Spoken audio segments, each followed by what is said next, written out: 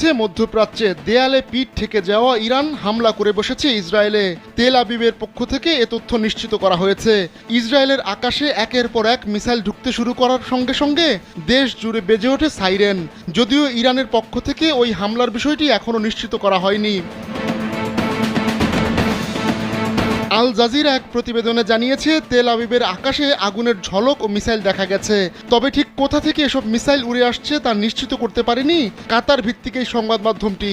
জর্ডানের রাজধানী আম্মানের আকাশের উপরও আগুনের ঝলক দেখা গেছে। এর আগে যুক্তরাষ্ট্র জানিয়েছিল ইসরায়েলে ব্যালিস্টিক মিসাইল হামলার প্রস্তুতি নিচ্ছে ইরান। তবে এমন হামলা ঠেকাতে তারা যেমন প্রস্তুত রয়েছে, পাশাপাশি এর পরিণতির জন্য ইরানকে সতর্ক করে দিয়েছে ওয়াশিংটন। স্যান্ডেলিনা সো, রূপচর্চায় আভিজাত্য।